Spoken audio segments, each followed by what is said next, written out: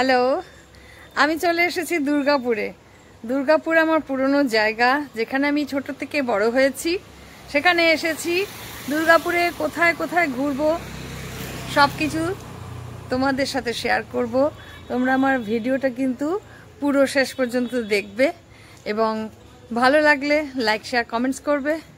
আর যারা নতুন আমার চ্যানেল পেজে, তারা কিন্তু অবশ্যই আমার চ্যানেল সাবস্ক্রাইব করবে। দুর্গাপুরে অনেক বছর পর এলাম, খুব ভালো লাগছে। তাহলে চলো কোথায় কোথায় যাচ্ছি তোমাদেরকে দেখাই।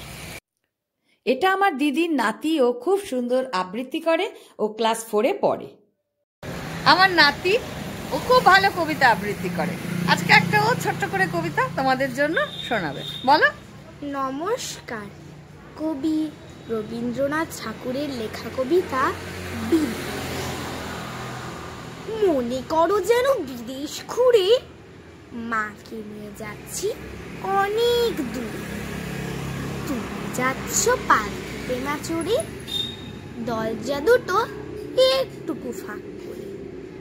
আমি যাচ্ছি রাঙা ঘোড়ার পরে, টগবগিয়ে তোমার পাশে পাশে। এগুলো দেখছো হনুমান আমার সামনে গাছের ডালে। দুর্গাপুরে প্রচুর হনুমান কিন্তু দেখা যায় যে কোনো সময়। ওই দেখ তার ধরে ঝুলে এবার লাফ মারবে, রিল্যাক্স করে বসছে। তাকি দেখছে বাচ্চাটাকে দেখো কই।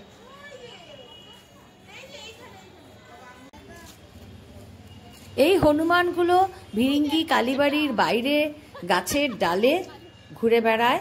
এবার ঢুকবো ভিরিঙ্গি কালী মায়ের মন্দিরে, চলো।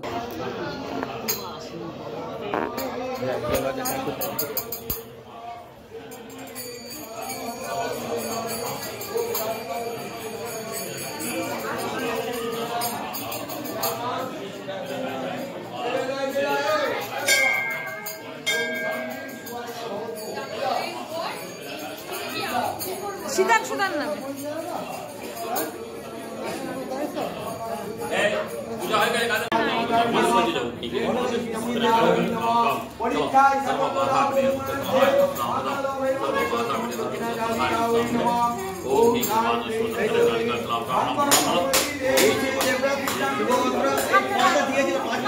এবার যাব ত্রিগুণেশ্বর শিব মন্দির, ভিরিঙ্গি কালীবাড়ির বহু বছরের পুরনো।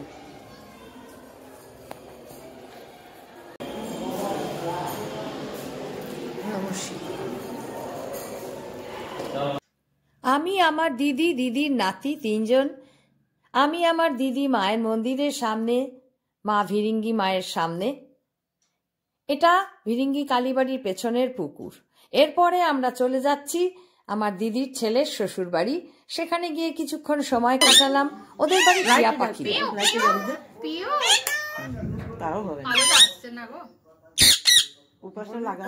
আপনি বলুন, ওর সাথে কথা বলুন। কে এসেছে? মা মা মা মা মা এসেছে, মা এসেছে।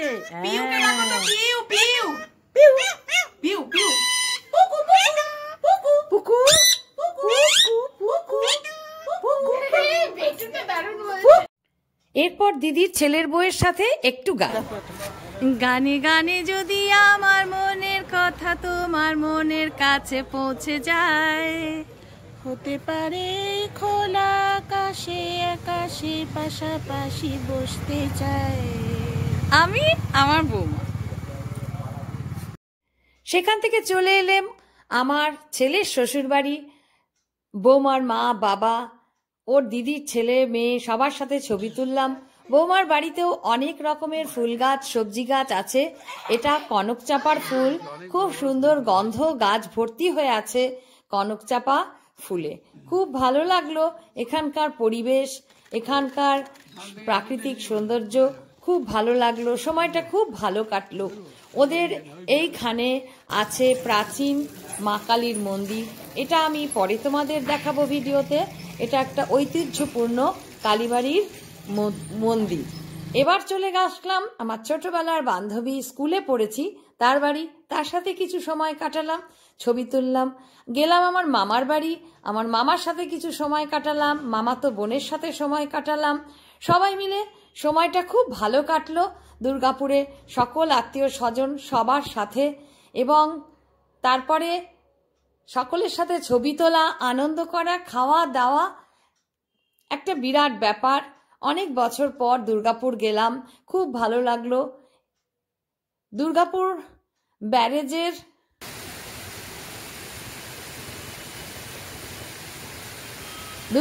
ব্যারেজ দেখতে পাচ্ছ অনেক দূরে, দামোদরের পাড়ে দাঁড়িয়ে রাত্রিবেলা এই সৌন্দর্য আমি ভিডিও করেছি যতটুকু সম্ভব হয়েছে আমার।